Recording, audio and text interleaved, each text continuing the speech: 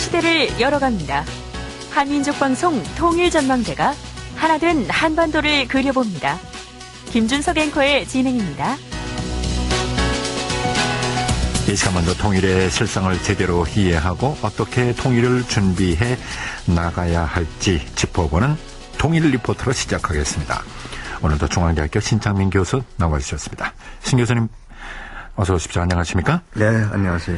자, 오늘은 통일 비용의 그러니까 재원이 되겠습니다. 네. 이 재원 마련을 어떻게 해야 할까 짚어보도록 하겠습니다. 네. 우선 크게 어떻게 나눌 수 있겠습니까? 예.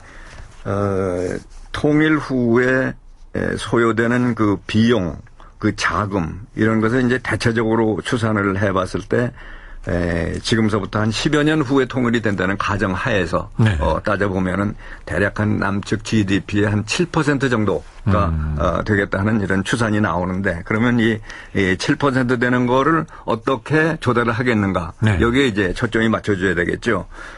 그래서 보니까는 그 중에서 대략 한 2% 정도는 지금 현재 지출하고 있는 군비로부터 절감을 해서 그래서 이제 충당을 하고 그러면 7%에서 2%가 준다 그러면 5%가 남는데 그렇죠. 그 중에서 한 1%는 다시 이 해외 장기 저리 차관을 얻는 방식으로 한다면은 그러면 이제 4%가 남는 거죠. 네. 그러면 이제 4%는 어떻게 하는 게 좋겠는가를 생각을 해보니까 이 통일이 되면 통일된 그 당시에 사는 사람들만 이득을 보는 게 아니고 대를 내려가면서 모두 함께 이득을 보는 거기 때문에 그 이득을 보는 거에 대한 그 혜택에 따른 이런 거를 이제 서로 분담해서 낸다 하는 그런 뜻에서 세대 간 분담이라고 하는 뜻에서 국채를 한 3% 정도로 하고 그리고 1%만 세금 형태로 네. 이제 뭐 명목은 세금이라고 그러면 전부 그 이름 자체를 사람들이 싫어하니까 세금이라는 것보다는 이제 남북 발전 기금 네. 또 북한 지역 발전 기금 이런 식으로 경제 발전 기금이라는 그런 명목으로 해서 그게 결국은 그렇게 함으로 해서 서로 이득을 보는 거기 때문에 그래서 세금 형태로 1% 이렇게 하면은 7%가 대략 맞춰지지 않겠나 이런 생각을 합니다.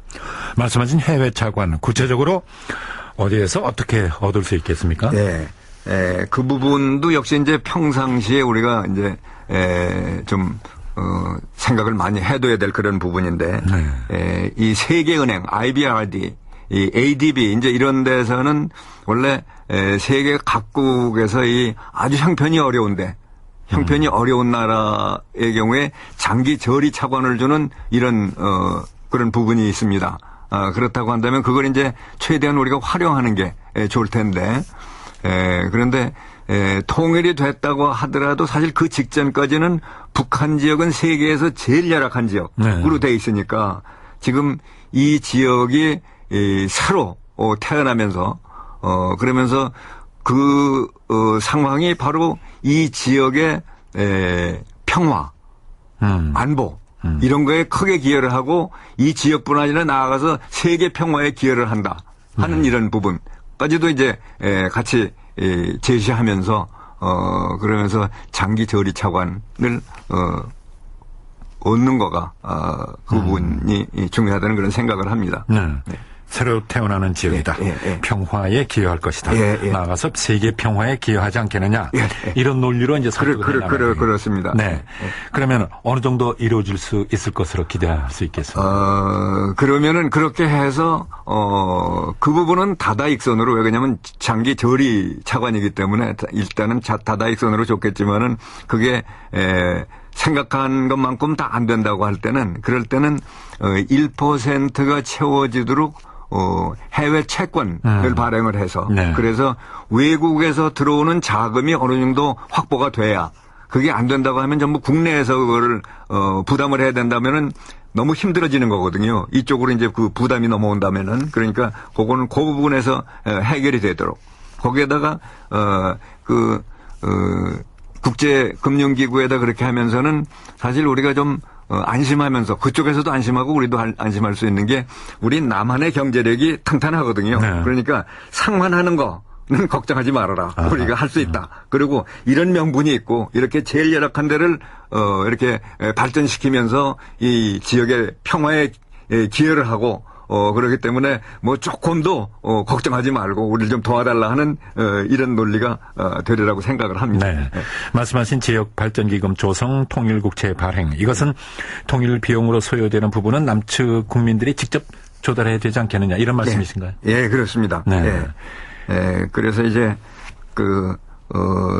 남측에서 떨어지는 거 결국은 이제 한 4%라고 한다면은 그 중에서 이제 결국은 우리가 전부 해야 되는 거니까 그 가운데 이제 세대 간 분담 그리고 현실적으로 또 우리가 이걸 메워나가는 이런 거로 해가지고 그 나머지 부분 하는데 그런데 여기에서 결과적으로는 누구든지 의무적으로 여기에 참여해야 되는 이 세금 부분 이거는 1%로 되는 거기 때문에 그렇기 때문에 보통 생각하는 것처럼 통일이 되면 이 세금을 너무 많이 물게 돼서 세금 폭탄을 맞지 않을까 하는 이런 생각을 하는 분들이 사실 굉장히 많습니다. 그렇습니다. 네. 그런데 그거는 전혀 걱정할 게 없다라고 하는 거가 지금 이 구도를 하나하나 따져보게 되면은 그건 확실해지는 이런 거기 때문에 우리가 세금 때문에 걱정을 해서 통일을 싫어할 게 아니고 오히려 아주 엄청난 경제 발전을 우리가 같이 끌어올 수 있기 때문에 경제를 생각한다면은 우리가 통일을 해야 된다라고 하는 쪽으로 그렇게 말씀을 드릴 수가 있겠습니다. 통일세라든가 국채 어떻게 준비를 해야 될까요? 미리 비축해놔야 되는 건가요? 어떻습니까? 네, 그 부분도 이제 중요한 부분이 되겠는데 그저 얼핏 생각하면은 개인적인 경우에나 마찬가지로 미리 준비해가지고 대비를 해놓으면 좋지 않겠는가 이런 생각을 할 수 있지만은 이 국가 경제라는 거는 그런 게 아닙니다. 국가 경제는 그 나름대로 계속 굴러가야 되는 건데 그렇다고 한다면은 여기에 필요한 이 부분은 필요한 시점에 바로 그 시점에 그걸 조달할 수 있도록 미리 이 대비만 하고 있으면 되지 실행으로 옮기는 거는 미리 할 필요가 없는 거죠. 왜냐하면은 이 경제는 경제대로 그냥 그 상태로 굴러가도록 둬야 되는 이런 이제 성격이 있기 때문에 이제 그렇습니다. 네. 통일세 부과 방식입니다. 어떻게 하는 것이 바람직하겠습니까? 독일의 사례를 참고해야 될까요? 예, 그렇습니다. 예, 거기에 이제 그건 좋은 선례가 있는데 근데 이제 Solidarity Surcharge라고 그래가지고 이제 통일연대세라고 하는 형태로 되는 건데 그건 뭐냐면은 기업이나 개인의 입장에서 전체적으로 세금을 이렇게 조성해 세금으로 해서 자금을 조성해야 되는 크기는 있지만은 어떻게 분담을 하느냐 하는 거에 대해서 일률적으로 개인한테 뭐 전부 몇 %에서 딱 이렇게 되는 게 아니라 이거는 자기 그 소득에 따라서 조금 더 소득이 많은 데서는 조금 더 많이 부담을 하고 좀 소득이 적은 데는 덜 부담하는 거라서 전체적인 액수는 이제 맞춰나가는 이런 거로 하는 거가 이제 통일연대세 형식인데 우리는 이 총소득의 1%를 이런 지역발전기금으로 해서 이제 조성을 한다고 하더라도 역시 그런 형태로 하게 되면은 생활이 아주 어려운 분들한테도 1% 내라고 그러면은 그건 뭐 어떻게 보면 아무것도 아닌 것지만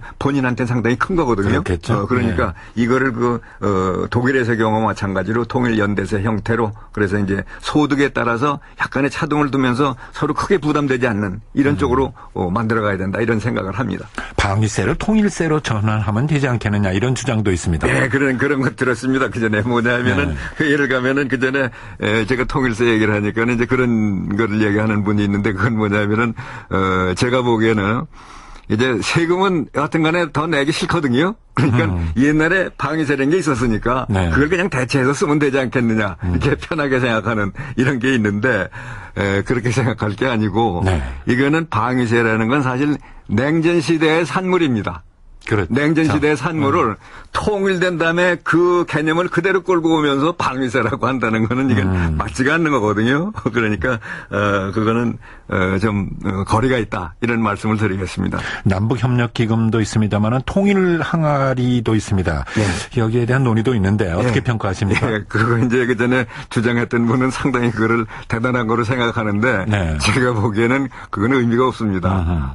왜 그러냐 하면은 실패했을 경우하고 성공했을 경우 둘로 나눠보면은 통일 항아리를 해서 실패해서 별로 먹으면 안 됐다 그러면은 그게 목적을 달성 못했으니까는 아무것도 아닌 거고. 그렇겠죠. 그리고 정말 성공을 해서 잘 됐다라고 한다면은 그러면은 그만큼이 국민 경제에서 누출 현상이 일어나는 겁니다. 네. 그러니까 경제는 경제대로 계속 굴러가도록 둬야 되는데 거기서 빼가지고 대비를 한다. 그러면 그만큼이 경제에서 빠져나가면은 네. 그러면 경제가 그만큼 축소되는 거거든요. 그럴 필요가 없는 겁니다. 그거는 네. 필요할 때 그때 가서 조성을 하면 되는 건데 이렇게 단순한 논리로 이게 이 국가 경제라는 게 개인 호주머니하고 같은 이런 아마추어적인 발상에서 이게 나왔던 그런 거가 아니겠는가 이런 생각을 합니다. 네, 알겠습니다.